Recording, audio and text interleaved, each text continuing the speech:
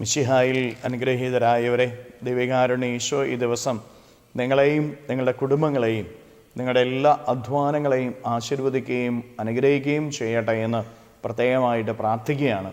കർത്താവിൻ്റെ സംരക്ഷണവും സഹായവും ഈ ദിവസം മുഴുവനും നിങ്ങളുടെ കൂടെ ഉണ്ടായിരിക്കട്ടെ. വിശുദ്ധ ലൂക്കായുടെ സുവിശേഷത്തിൻ്റെ 15-ാമത്തെ അധ്യായത്തിൻ്റെ 11 മുതൽ 24 വരെയുള്ള തിരുവചന ഭാഗങ്ങളിൽ ധൂർത്തപുത്രൻ്റെ ഉപമയാണ് നമ്മൾ വായിച്ച് ധ്യാനിക്കുന്നത്. ധൂർത്തപുത്രൻ അവൻ്റെ പിതാവിൻ്റെ സമ്പത്തിൽ നിന്ന് അവന് കിട്ടാനുള്ള ഓഹരി മുഴുവനും വാങ്ങി ദൂരദേശത്തേക്ക് പോവുകയാണ്. അവിടെ അവന് കിട്ടിയത് മുഴുവനും നശിപ്പിച്ചു കളഞ്ഞു. അവസാനം അവന് ഒരു പന്നിക്കൂട്ടിൽ പണിക്ക് കയറുകയാണ്. അവിടെ വെച്ച് അവന് ഭയങ്കര വേദനയും ദുഃഖവും ഉണ്ടായിക്കഴിഞ്ഞപ്പോൾ അവന് സുബോധമുണ്ടായി എന്ന് നമ്മൾ സുവിശേഷത്തിൽ വായിക്കുന്നു. അപ്പോഴവൻ പറയാണ്, ഞാൻ എൻ്റെ പിതാവിൻ്റെ ഭവനത്തിലേക്ക് പോകും. അവിടെ എത്രയോ സന്തോഷമുള്ള ഒരു ജീവിതമായിരുന്നു. പ്രിയപ്പെട്ടവരെ, അവൻ അവനിലേക്ക് തന്നെ തിരിഞ്ഞു നോക്കുകയാണ്. അവൻ്റെ ഉള്ളത്തിലേക്കും അവൻ്റെ ഉള്ളതിലേക്കും അവൻ നോക്കുന്നു. നോമ്പുകാലം നമ്മിലേക്ക് നോക്കാൻ, നമ്മുടെ ഉള്ളത്തിലേക്കും ഉള്ളതിലേക്കും നോക്കാനുള്ള കാലഘട്ടമാണ്. നമ്മുടെ ജീവിതം എവിടെയാണ് നിൽക്കുന്നത്? ഇതുവരെ നമ്മൾ ഓടിക്കൊണ്ടിരിക്കുകയായിരുന്നില്ലേ?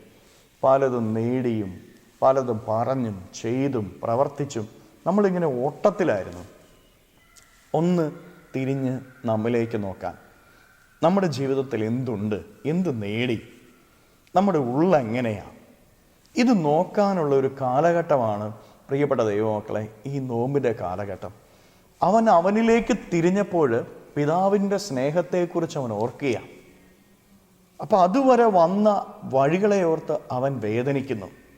പ്രിയപ്പെട്ട ദൈവമക്കളെ, നമ്മിലേക്ക് തിരിയുമ്പോൾ നമ്മൾ ചെന്നെത്തേണ്ടത് പിതാവായ ദൈവത്തിൻ്റെ കരുണയിലേക്കും സ്നേഹത്തിലേക്കുമാണ്. ആ സ്നേഹത്തോട് ചേർന്ന് നിൽക്കുമ്പോൾ കിട്ടുന്ന സൗഭാഗ്യങ്ങളിലേക്ക് നമ്മുടെ കണ്ണുകൾ ഉയർത്താനായിട്ട്, ചിന്തകൾ ഉയർത്താനായിട്ട് നമുക്ക് ഓരോരുത്തർക്കും സാധിക്കണം. നമ്മുടെ ജീവിതങ്ങളെ നന്നായിട്ടൊന്ന് പരിശോധിക്കുക. ഓട്ടമൊക്കെ ഒന്ന് കുറച്ച് സ്വന്തം ജീവിതത്തിലേക്കൊന്ന് തിരിഞ്ഞു നോക്കാനായിട്ട് പരിശ്രമിക്കുക. വീണ്ടും അവൻ്റെ പിതാവിൻ്റെ അരികിലേക്ക് മടങ്ങാനായിട്ട് തീരുമാനമെടുത്താൻ പോവുകയാണ്. അവൻ പറയാണ്, എൻ്റെ പിതാവിൻ്റെ കാൽക്കൽ വീണ് ഞാൻ മാപ്പ് ചോദിക്കും. ഇവൻ പിതാവിനെ തേടി വീട്ടിലേക്ക് ചെല്ലുമ്പോൾ മാപ്പ് പറയാൻ സമ്മതിക്കാതെ പിതാവ് ഇവൻ്റെ അരികിലേക്ക് വന്ന് ഇവനെ ചേർത്ത് പിടിക്കുകയാണ്. പ്രിയപ്പെട്ട ദൈവമക്കളെ, ജീവിതത്തിലേക്ക് തിരിഞ്ഞു നോക്കി ജീവിതത്തിൻ്റെ കുറവുകളെ മനസ്സിലാക്കി പിതാവിൻ്റെ സ്നേഹത്തിലേക്ക് അടുക്കാനായിട്ട് നമ്മൾ ഓരോരുത്തരും ആഗ്രഹിച്ചാലുണ്ടല്ലോ, ദൈവം നമ്മുടെ അരികിലേക്ക് വരുമെന്നാണ് തിരുവചനം പഠിപ്പിക്കുന്നത്. ജീവിതത്തിൻ്റെ കുറവുകളെ മാറ്റാനായിട്ട് നമ്മൾ പരിശ്രമിച്ചാൽ മതി. ജീവിതത്തിൻ്റെ കുറവുകളെ നോക്കി അവയെ ജീവിതത്തിൽ നിന്ന് ഉപേക്ഷിച്ചാൽ മതി. ദൈവം നമ്മുടെ അരികിലേക്ക് വരും. ദൈവം അരികിലേക്ക് വരാനുള്ള മാർഗമാണ് ജീവിതത്തിൻ്റെ കുറവുകളെ ജീവിതത്തിൽ നിന്ന് മാറ്റുക എന്നുള്ളത്. നിൻ്റെ ജീവിതത്തിൻ്റെ അധ്വാനങ്ങളിലേക്ക് ദൈവം വരും. നിൻ്റെ ജീവിതത്തിൻ്റെ വേദനകളിലേക്ക് ദൈവം വരും. നിൻ്റെ ജീവിതത്തിൻ്റെ കണ്ണുനീരിലേക്ക് ദൈവം വരും. നിൻ്റെ ജീവിതത്തിൻ്റെ കുറവുകളിലേക്ക് ദൈവം വരും. നിൻ്റെ ജീവിതത്തിൻ്റെ പാപത്തിൻ്റെ വഴികളെ മാറ്റാൻ നീ ഒന്ന് തയ്യാറായാൽ മതി. ദൈവം നിൻ്റെ ജീവിതത്തിലേക്ക് വരുന്ന കാലഘട്ടം നോമ്പിൻ്റെ കാലഘട്ടം. അതിനുവേണ്ടി നിൻ്റെ ജീവിതത്തിൻ്റെ പാപാവസ്ഥകളെ മാറ്റുക.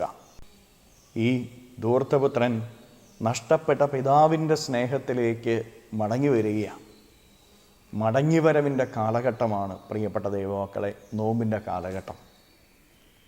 നമ്മളൊക്കെ ദൈവത്തിൻ്റെ സ്നേഹത്തിൽ നിന്നും അകന്നു പോയിട്ടുണ്ട് എങ്കിൽ ആ സ്നേഹത്തിലേക്ക് മടങ്ങി വരിക.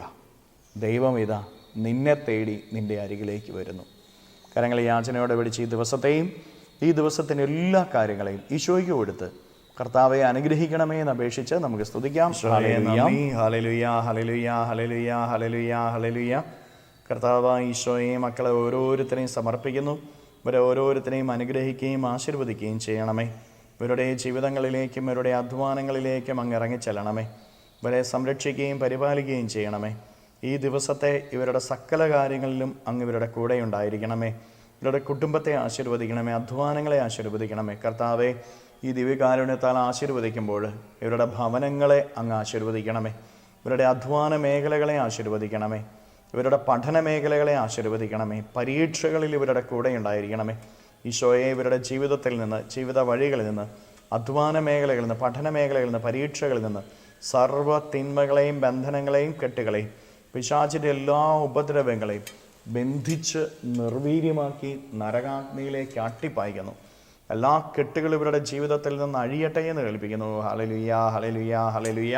നിത്യം പിതാവും പുത്രനും പരിശുദ്ധാത്മാവുമായ സർവേശ്വര എന്നേക്കും ആമേൻ.